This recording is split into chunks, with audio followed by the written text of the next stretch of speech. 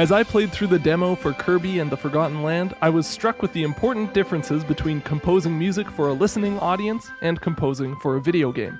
The main theme of the game is great, very much taking a page out of Super Mario Galaxy's book, but with clever references to classic Kirby tunes to tie into the series' musical identity.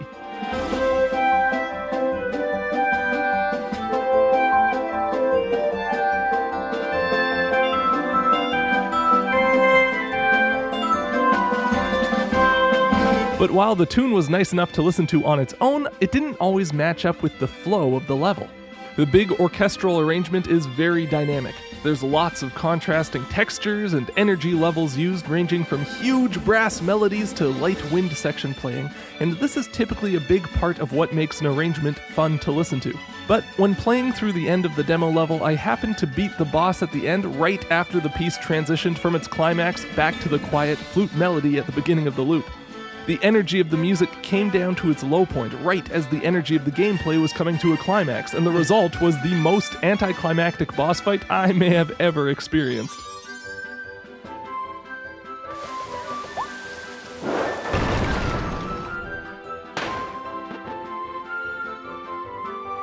I had a good laugh, and figured this is why Mario is the top dog when it comes to game music, not Kirby. Imagine my surprise, then, when I played the last part of the demo to find one of the best examples I've ever seen of a game's music matching the gameplay. The Brawl at the Mall level that ends the game's demo is a boss fight that gets set up in a really fun way, and it uses a series of looping musical cues that trigger at different times to build up anticipation for the confrontation, while ensuring that the music is always supporting what's happening on screen. The level starts with Kirby getting dropped into this abandoned, overgrown mall, and the music kicks in immediately with heavy drums, low bass, and marimba, establishing a repeating syncopated rhythm in 3/4 time.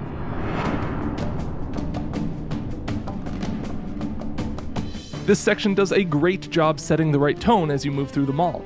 Repeating the same rhythmic pattern with the same bass note over and over starts building some tension, storing up energy that you just know is going to get released at some point. And the use of the flat 2 E flat over our tonic D bass pedal in both the melody and the harmony creates an ominous mood.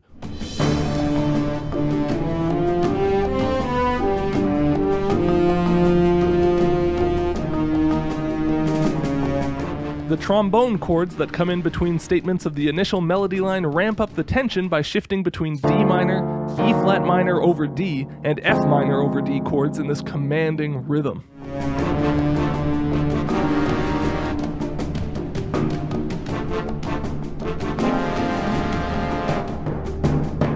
With the incessant pounding of the drums and these heavily chromatic dissonances, this looping 16-bar section should definitely be starting to spook us.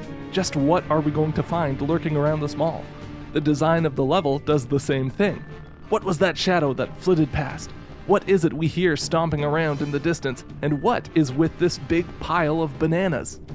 As you pass the broken window display, the music shifts into a new looping section, this time with the strings pounding out a D power chord over top of a low D pedal in the brass. This rhythm is reminiscent of the repeated figure that ran through the whole previous section, but uses more space in between chords to create a sense of expectation.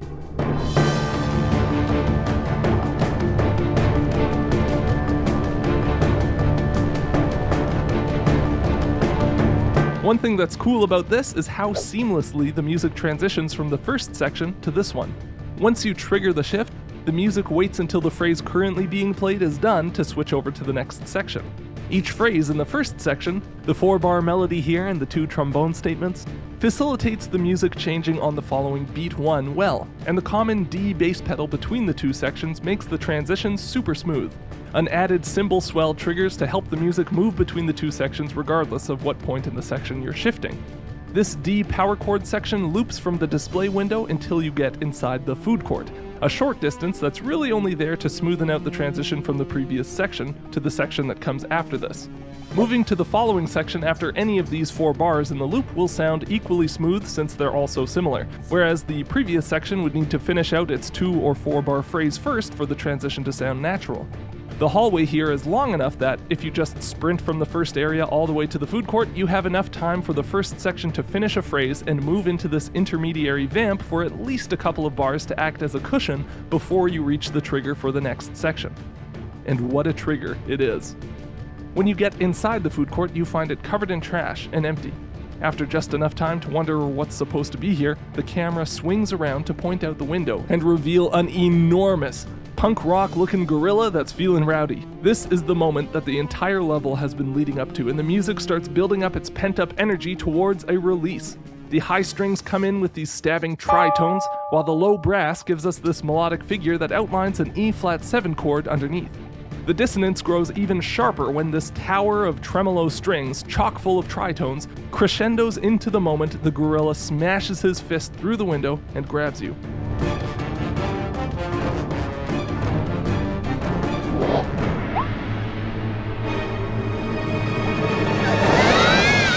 These tremolo strings are played out of time, facilitating a transition to a much faster tempo when you get snatched up, and an energetic, syncopated low brass figure builds up into this D7 flat 5 chord to set up the actual boss theme. There is a lot of cool stuff going on here. The boss fight music is in the key of G minor, which makes the 5 minutes of D bass pedal that came before this shift feel like one long, complicated 5 chord, giving the final landing on G minor an enormous sense of release. All the tension that was built up from the start of the level rockets us into this big, high-energy section with a faster tempo, pounding drums, winds ripping around, and trumpets playing a variation on the ominous trombone figure we heard in the beginning of the level.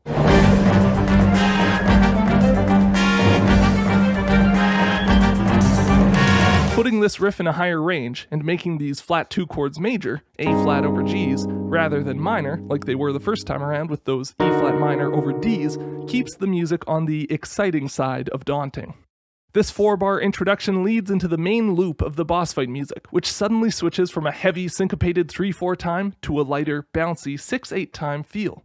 This is what you'd consider a metric modulation, because the music doesn't actually speed up, it just changes which beats are accented to create a different feeling. The 16th note of the 3/4 time, which would be grouped in 4-note groups, is equal in length to the 8th note in the new 6/8 time, which is grouped in 3-note groups.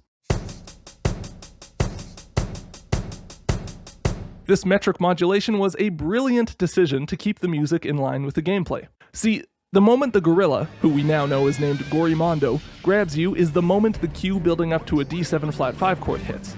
You have a few seconds to wriggle out of his fingers, and then we get a classic title card boss introduction. This is where the 4-bar intro in G minor comes in, clearly establishing the new tonality, tempo, and groove.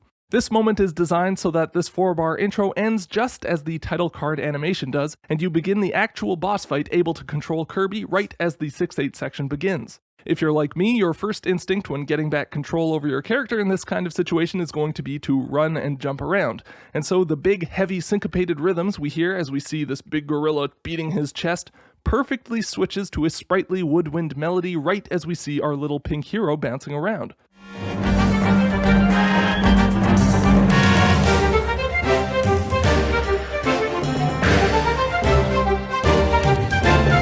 Clearly, the composer thought very carefully about what was going to be the focus on screen at each moment when writing this music. The main boss theme here in 6/8 was hinted at by the earlier mall level, just like the boss was. It's much quicker, but these first 2 bars of melody are identical to the melody that we first heard over our D bass pedal as we entered the mall.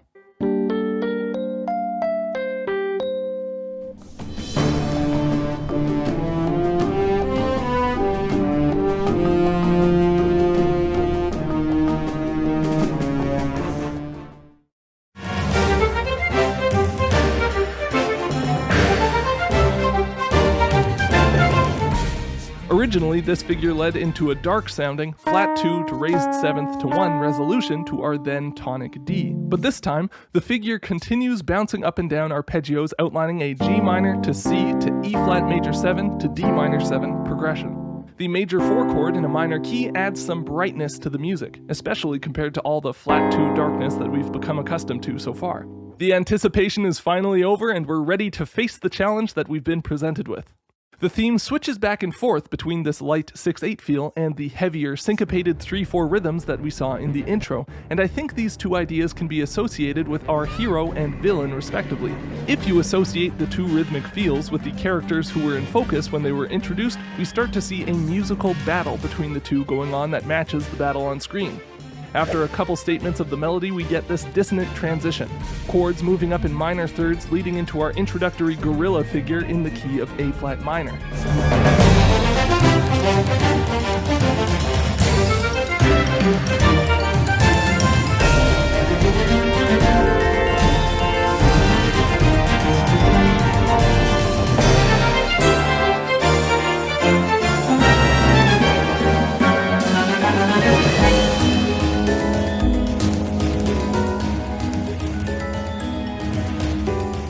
After this, we see a war play out between the two metric ideas, with different instruments emphasizing the two time signatures simultaneously. The 6/8 Kirby melody plays in the low strings, while the pizzicato strings and marimba play a simplified version of the Gorimondo figure in 3/4 time over top.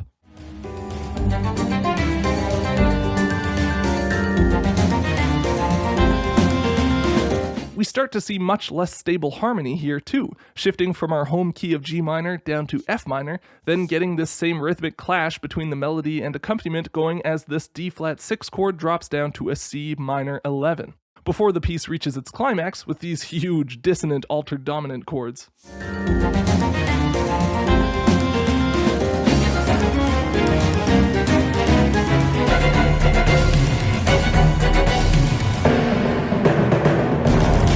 D7 with a 13 and a sharp 9, moving to E flat 7 with a sharp 5 and a sharp 9. Woo! Those are the kinds of greasy jazz chords that we love to see. The final section returns to G minor with another statement of the Gorimondo figure, the bass emphasizing the beat to give a strong sense that we're in 3/4. Will Gorimondo emerge victorious? No, probably not, especially if you're playing on Spring Breeze mode, but this strong 3/4 section provides great contrast to the opening 6/8 section that we loop back to immediately after.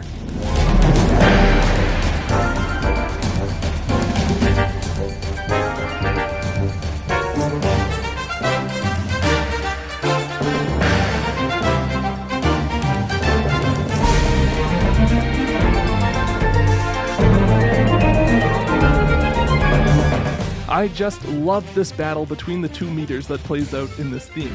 You can really feel the push and pull between the two kinds of rhythms throughout, and it captures the battle between these two characters so perfectly.